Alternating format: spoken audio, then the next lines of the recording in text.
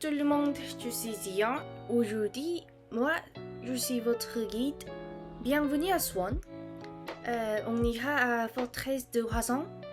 Et c'est parti. D'abord, je vais parler l'histoire du site. En 1694, à l'époque de Joseon, la forteresse de Hwasong a été construite en 12 ans 6 mois. 들었어. 그곳에 축성되고 있는 성곽을 화성이라 명할 것이오.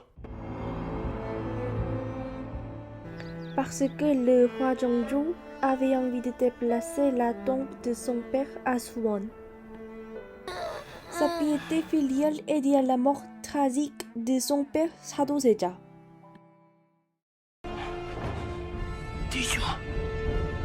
디주를 가져오라. Quand il était petit, son père est mort dans le corps Harry.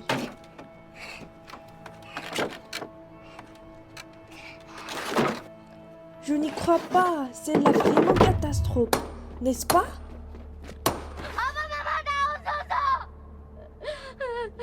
J'ai mal au cœur. Par construction de villes nouvelles, il était en train d'affermir le pouvoir royal. Donc, c'est un premier urbanisme et aussi un point clé après l'invasion japonaise. Malheureusement, pendant la guerre de Corée, la forteresse s'est écroulée. Pourtant, grâce à la chronique Hwasong-seongyeolgue, on peut la restaurer.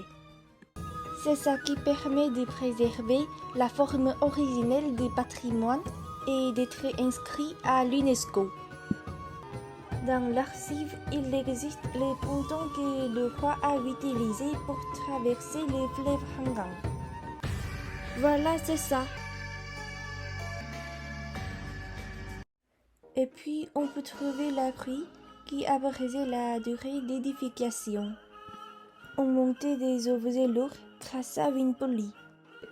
Je crois que Joseon est une technique architecturale formidable. Ensuite, je vais présenter mon intérêt touristique aujourd'hui. En fait, il y a beaucoup de choses à visiter dans ce quartier. Et aujourd'hui, je vais aller à la porte de Hwasemun, la porte de Changhanmun, le pavillon Bangasuryjeong, la porte de Cheongmongmun, la porte de Paltalmun, le palais Hwasong-Engung et le quartier Haengungdong. Nous sommes à la porte principale du château. C'est la porte Changhanmun. Devant la porte, il y a les entrées de culture traditionnelle de Suwon. La maison traditionnelle coréenne Hanok est magnifique. En deuxième lieu, c'est le pavillon Bangasuryjeong. Ce belvédère avec le temps est beau et très pittoresque. Les gens y viennent pour un pique-nique chaque printemps. Le quartier Haengungdong se trouve entre la porte Hwasemun et la porte Changhanmun. Entouré de boutiques, de bars, de cafés et de restaurants, il est constamment animé. Surtout, l'ambiance est très sympa et il y a beaucoup de bons restaurants et cafés aussi.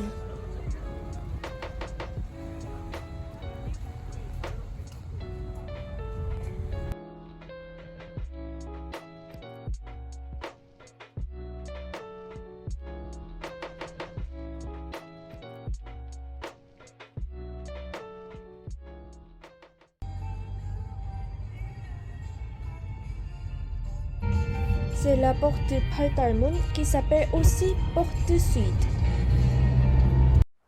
Voilà le palais Hwasong-Engung. Quand Jeonju se rendait à Suwon, il a resté ici. En face du palais, il y a un clocher. Chaque année à minuit, le 31 décembre, on se souhaite la bonne année en entendant le son de cloche. Enfin, la porte de Cheongmongmun. Les enfants faisaient voler un cerf volant. Tout à coup, cette scène m'entraîne dans l'univers des enfants.